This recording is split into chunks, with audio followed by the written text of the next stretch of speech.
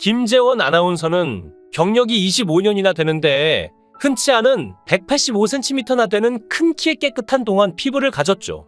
그는 중년 남성 아나운서들 특유의 중저음보다는 높고 밝은 목소리로 방송 말투를 유지하는 방송인이라 30대 후반이나 40대 초반 정도로 보고 50대라는 것을 모르는 시청자들이 많습니다. 같은 방송국의 아나운서 임수민과 동갑이며 이외에도 코미디언 박미선, 김용만, 이영자와도 동갑인데요. 그는 아침마당 MC로 활동하며 반신불수 아버지를 6년간 간호했지만 돌아가신 다음 날에도 노래 자랑을 진행해야 했죠. 그에게는 소년의 향기가 나고 때묻지 않은 맑고 선한 삶이 향기로 배어나오는 듯합니다. 그런데 김재원 아나운서가 돌연 가족들과 캐나다로 떠나기로 결심하고 아침마당을 마지막으로 진행하던 날 과거가 한 사람의 삶을 좌우할 수 있다는 걸 그때 깨달았다고 하는데요. 잘 나가는 아나운서라는 직업을 그만두고 삶의 하프타임을 찾아 떠났던 김재원의 파란만장한 인생에 대해 알아보겠습니다. 김재원 아나운서의 어머니는 대연 각호텔에서 미용실을 운영하고 있었는데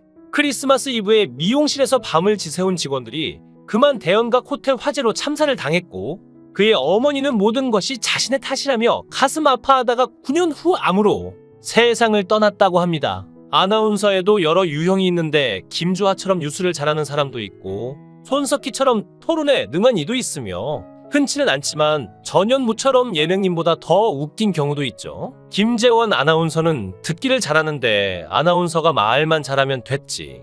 듣기를 잘하는 게 무슨 소용이냐고 생각하는 사람이 있을지 모르겠지만 상대의 이야기를 경청하면서 마음을 읽고 감정선을 따라가며 더 많은 이야기를 하도록 이끌어내는 것이야말로 교양 MC의 첫 번째 덕목이라 할 수 있는데요. 김재원 아나운서의 경청 능력을 키운 건 파라리 아버지라고 합니다. 그는 중학교 1학년 때 어머니를 간암으로 잃고 아버지와 둘이 살았는데 아버지는 말씀이 많은 편이 아니었고 아들은 아버지의 표정과 몸짓을 보고 마음을 읽을 수 있었죠. 김재원의 아버지는 정말 헌신적으로 아들을 키우셨는데 굳은 집안일도 혼자 도맡아 하셨다고 합니다. 특히 아침잠을 깨우던 아버지의 도마 소리가 잊히지 않는데 보통 어머니들 도마 소리는 타다다다닥 경쾌한 리듬이 있지만 아버지가 칼질하는 소리는 탁탁 뭔가 서툴고 투박했고 그래도 그에겐 깊은 사랑의 울림으로 들렸다고 하죠. 아버지는 파와 소시지 등을 넣어 튼실하게 만든 계란말이를 매일 도시락 반찬으로 싸줬는데 김재원은 계란말이가 싫었지만 내색을 못했는데요. 아버지에겐 다른 대안이 없다는 걸 알았고 그렇게 그는 일찍 철이 들었습니다. 아버지는 한없이 베풀기만 했는데 그가 대학을 마치자 엄마의 소원이었다며 미국으로 유학을 보내고 자신은 한국에 홀로 남았죠. 김재원이 초등학교 6학년 때 짝꿍이던 여학생과 결혼한 것도 그때 즈음인데 학창 시절엔 2인용 책상을 함께 쓰며 책상에 선을 그어놓고 넘어오면 안 된다고 무던히도 티격태격했다고 하는데요. 아닌 대학이 달라 서로 소개팅 시켜주기도 했는데 그래도 네가 제일 낫더라라고 고백하고 몰래 연애를 시작하게 되었다고 합니다. 중고등학교 시절엔 같은 교회에 다니고 대학 연합선교 동아리에서 함께 활동하며 그만한 사람 없다는 걸 깨닫게 됐지만 혼자 유학 가서 1년은 편지로 연락하다 방학 때 들어와 프로포즈를 했고 결혼해서 같이 미국으로 들어갔죠. 미시시피대에서 유학하던 1994년 어느 날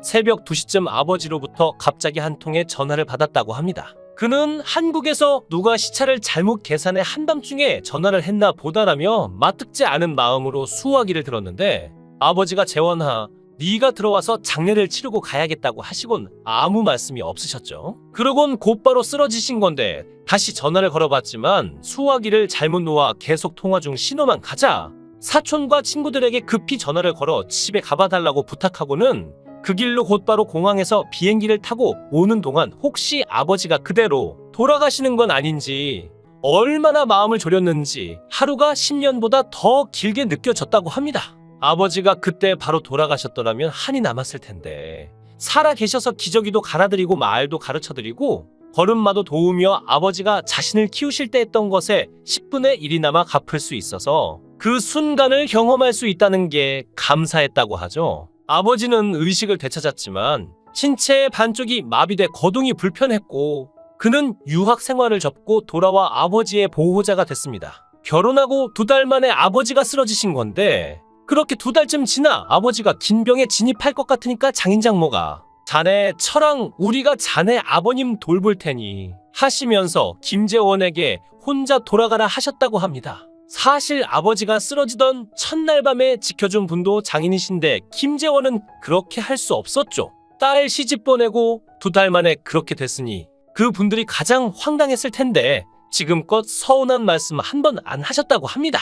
어떻게 보면 그를 아나운서의 길로 이끈 것도 아버지인데요. 병원에서 보호자들의 유일한 낙이 텔레비전 보는 것뿐이었고 하루는 그도 넉넉히 텔레비전을 보고 있는데 손범수 아나운서가 헬리콥터에서 내리더니 손을 쫙 뻗으며 KBS 21기 신입 사원을 모집합니다. 하고 외쳤죠. 기자, 프로듀서, 아나운서 모집 하는데 김재원은 자신도 모르게 나도 아나운서나 한번 해볼까 했는데 아무 말 안 턴 아내가 다음날 도시락 가져올 시간 지나서야 나타났다고 합니다. 손에는 KBS 입사 지원서가 들어있는 누런 봉투 하나 들고서 나타났고 그때부터 아버지가 주무시면 철야 공부를 시작했죠. 장인어른이 일간지를 오려서 시사상식을 퍼나르시고 병실 보호자들은 채널 선택권을 김재원에게 다 양보하시고 의사, 간호사, 보호자, 심지어 환자들의 염원까지 담아 2달 동안 죽도록 공부를 해서 아나운서 시험에 합격하게 되었습니다.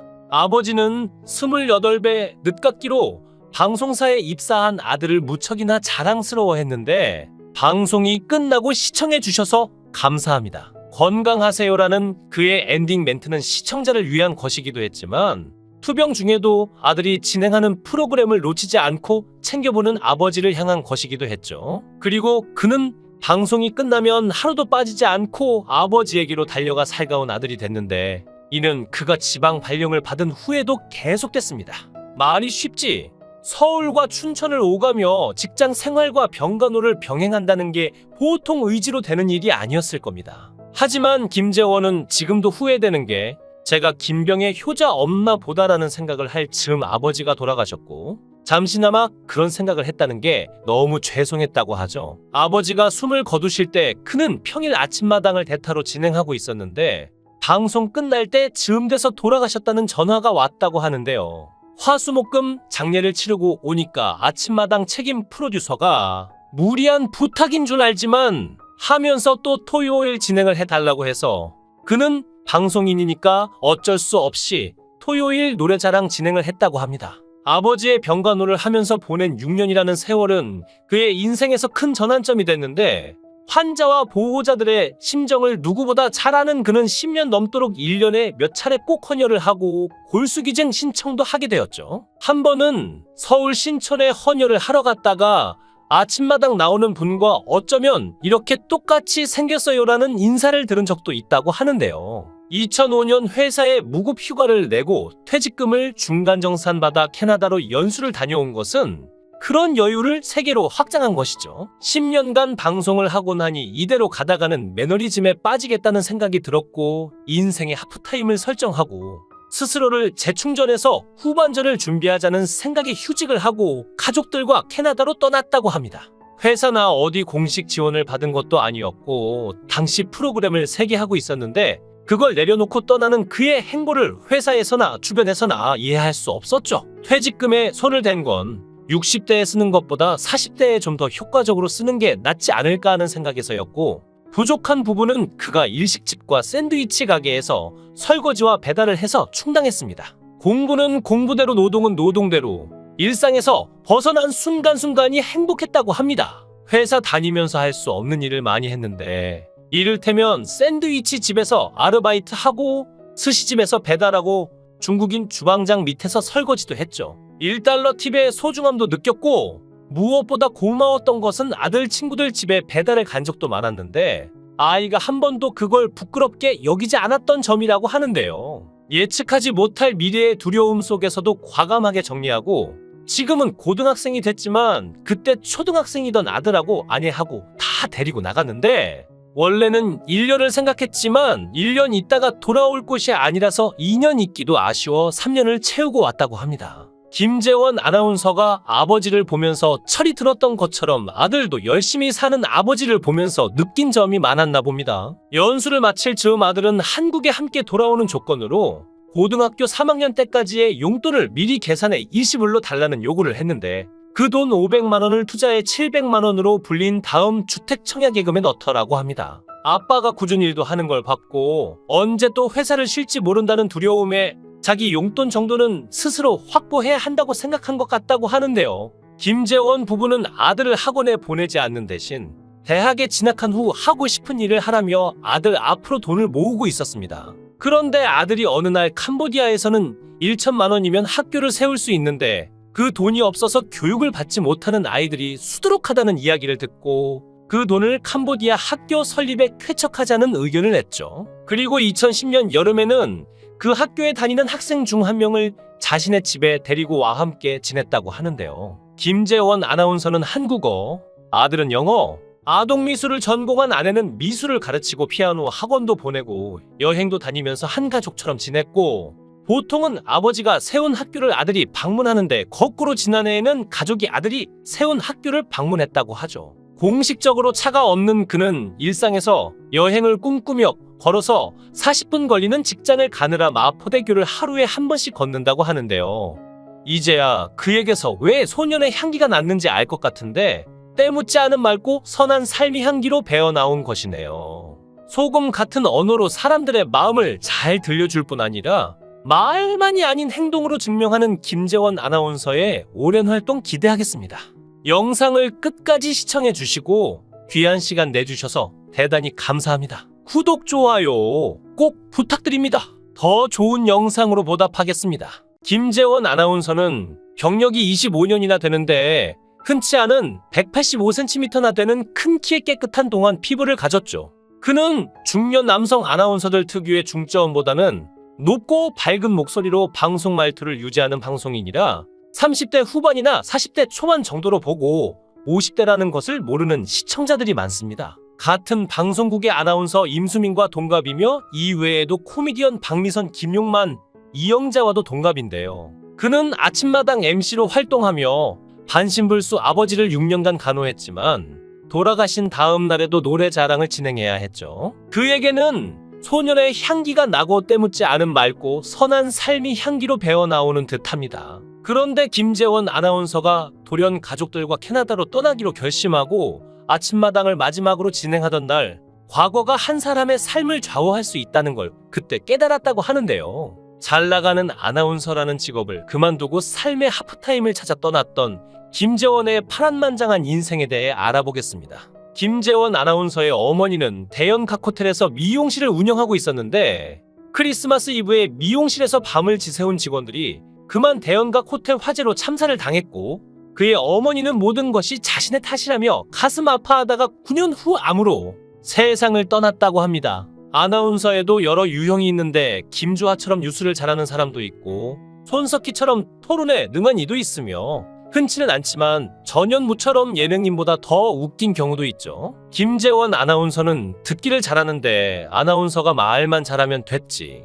듣기를 잘하는 게 무슨 소용이냐고 생각하는 사람이 있을지 모르겠지만 상대의 이야기를 경청하면서 마음을 읽고 감정선을 따라가며 더 많은 이야기를 하도록 이끌어내는 것이야말로 교양 MC의 첫 번째 덕목이라 할 수 있는데요. 김재원 아나운서의 경청 능력을 키운 건 파라리 아버지라고 합니다. 그는 중학교 1학년 때 어머니를 간암으로 잃고 아버지와 둘이 살았는데 아버지는 말씀이 많은 편이 아니었고 아들은 아버지의 표정과 몸짓을 보고 마음을 읽을 수 있었죠. 김재원의 아버지는 정말 헌신적으로 아들을 키우셨는데 굳은 집안일도 혼자 도맡아 하셨다고 합니다. 특히 아침잠을 깨우던 아버지의 도마 소리가 잊히지 않는데 보통 어머니들 도마 소리는 타다다다닥 경쾌한 리듬이 있지만 아버지가 칼질하는 소리는 탁탁 뭔가 서툴고 투박했고 그래도 그에겐 깊은 사랑의 울림으로 들렸다고 하죠. 아버지는 파와 소시지 등을 넣어 튼실하게 만든 계란말이를 매일 도시락 반찬으로 싸줬는데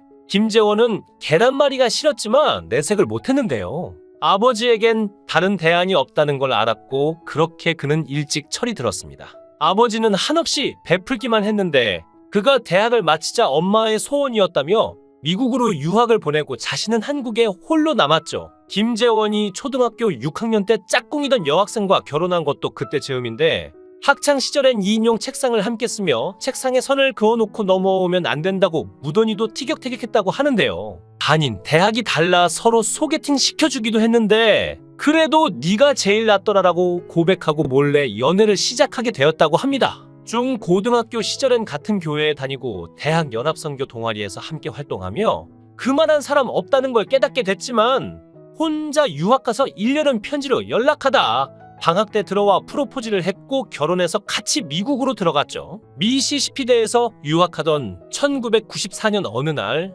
새벽 2시쯤 아버지로부터 갑자기 한 통의 전화를 받았다고 합니다. 그는 한국에서 누가 시차를 잘못 계산해 한밤중에 전화를 했나 보다라며 마뜩지 않은 마음으로 수화기를 들었는데 아버지가 재원아 네가 들어와서 장례를 치르고 가야겠다고 하시곤 아무 말씀이 없으셨죠. 그러곤 곧바로 쓰러지신 건데 다시 전화를 걸어봤지만 수화기를 잘못 놓아 계속 통화 중 신호만 가자 사촌과 친구들에게 급히 전화를 걸어 집에 가봐달라고 부탁하고는 그 길로 곧바로 공항에서 비행기를 타고 오는 동안 혹시 아버지가 그대로 돌아가시는 건 아닌지 얼마나 마음을 졸였는지 하루가 10년보다 더 길게 느껴졌다고 합니다. 아버지가 그때 바로 돌아가셨더라면 한이 남았을 텐데 살아 계셔서 기저귀도 갈아드리고 말도 가르쳐드리고 걸음마도 도우며 아버지가 자신을 키우실 때 했던 것에 10분의 1이나마 갚을 수 있어서 그 순간을 경험할 수 있다는 게 감사했다고 하죠. 아버지는 의식을 되찾았지만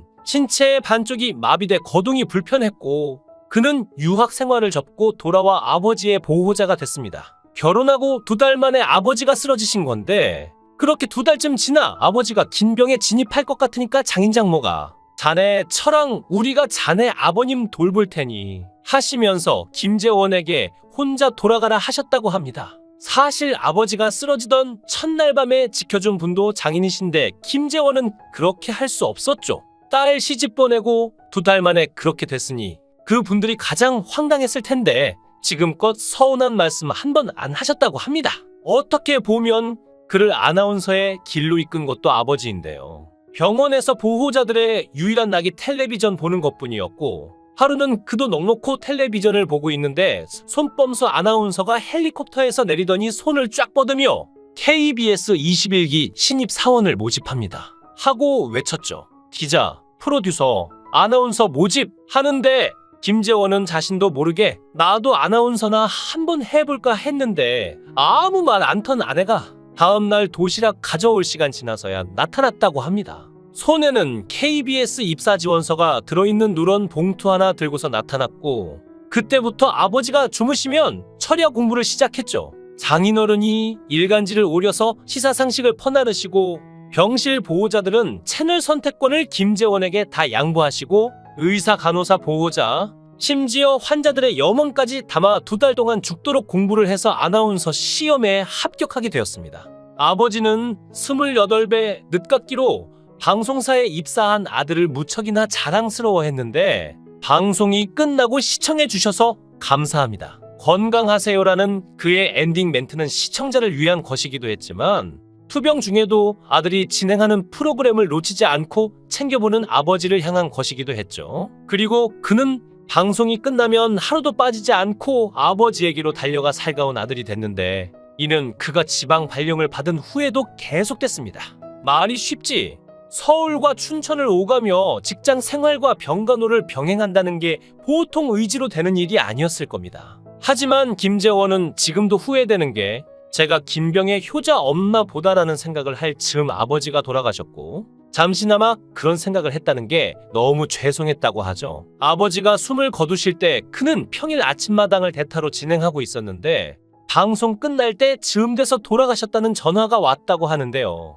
화수목금 장례를 치르고 오니까 아침마당 책임 프로듀서가 무리한 부탁인 줄 알지만 하면서 또 토요일 진행을 해달라고 해서 그는 방송인이니까 어쩔 수 없이 토요일 노래자랑 진행을 했다고 합니다. 아버지의 병간호를 하면서 보낸 6년이라는 세월은 그의 인생에서 큰 전환점이 됐는데 환자와 보호자들의 심정을 누구보다 잘 아는 그는 10년 넘도록 1년에 몇 차례 꼭 헌혈을 하고 골수기증 신청도 하게 되었죠. 한 번은 서울 신촌에 헌혈을 하러 갔다가 아침마당 나오는 분과 어쩌면 이렇게 똑같이 생겼어요라는 인사를 들은 적도 있다고 하는데요. 2005년 회사에 무급 휴가를 내고 퇴직금을 중간정산받아 캐나다로 연수를 다녀온 것은 그런 여유를 세계로 확장한 것이죠. 10년간 방송을 하고 나니 이대로 가다가는 매너리즘에 빠지겠다는 생각이 들었고 인생의 하프타임을 설정하고 스스로를 재충전해서 후반전을 준비하자는 생각에 휴직을 하고 가족들과 캐나다로 떠났다고 합니다.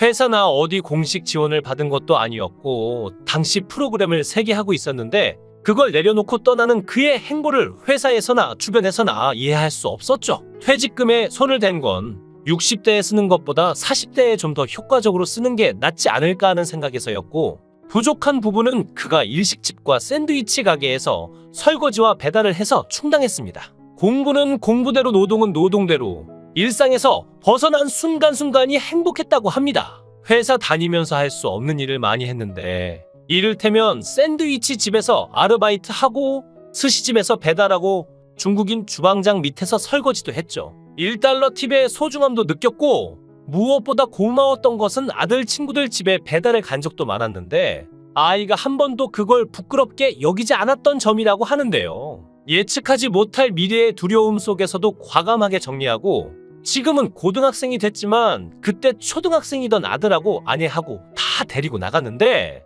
원래는 1년을 생각했지만 1년 있다가 돌아올 곳이 아니라서 2년 있기도 아쉬워 3년을 채우고 왔다고 합니다. 김재원 아나운서가 아버지를 보면서 철이 들었던 것처럼 아들도 열심히 사는 아버지를 보면서 느낀 점이 많았나 봅니다. 연수를 마칠 즈음 아들은 한국에 함께 돌아오는 조건으로 고등학교 3학년 때까지의 용돈을 미리 계산해 일시불로 달라는 요구를 했는데 그 돈 500만 원을 투자해 700만 원으로 불린 다음 주택청약예금에 넣더라고 합니다. 아빠가 꾸준히 일도 하는 걸 봤고 언제 또 회사를 쉴지 모른다는 두려움에 자기 용돈 정도는 스스로 확보해야 한다고 생각한 것 같다고 하는데요. 김재원 부부는 아들을 학원에 보내지 않는 대신 대학에 진학한 후 하고 싶은 일을 하라며 아들 앞으로 돈을 모으고 있었습니다. 그런데 아들이 어느 날 캄보디아에서는 1천만 원이면 학교를 세울 수 있는데 그 돈이 없어서 교육을 받지 못하는 아이들이 수두룩하다는 이야기를 듣고 그 돈을 캄보디아 학교 설립에 쾌척하자는 의견을 냈죠. 그리고 2010년 여름에는 그 학교에 다니는 학생 중 한 명을 자신의 집에 데리고 와 함께 지냈다고 하는데요. 김재원 아나운서는 한국어, 아들은 영어, 아동미술을 전공한 아내는 미술을 가르치고 피아노 학원도 보내고 여행도 다니면서 한 가족처럼 지냈고 보통은 아버지가 세운 학교를 아들이 방문하는데 거꾸로 지난해에는 가족이 아들이 세운 학교를 방문했다고 하죠. 공식적으로 차가 없는 그는 일상에서 여행을 꿈꾸며 걸어서 40분 걸리는 직장을 가느라 마포대교를 하루에 한 번씩 걷는다고 하는데요. 이제야 그에게서 왜 소년의 향기가 났는지 알 것 같은데 때묻지 않은 맑고 선한 삶의 향기로 배어나온 것이네요. 소금 같은 언어로 사람들의 마음을 잘 들려줄 뿐 아니라 말만이 아닌 행동으로 증명하는 김재원 아나운서의 오랜 활동 기대하겠습니다. 영상을 끝까지 시청해 주시고 귀한 시간 내주셔서 대단히 감사합니다. 구독, 좋아요 꼭 부탁드립니다. 더 좋은 영상으로 보답하겠습니다.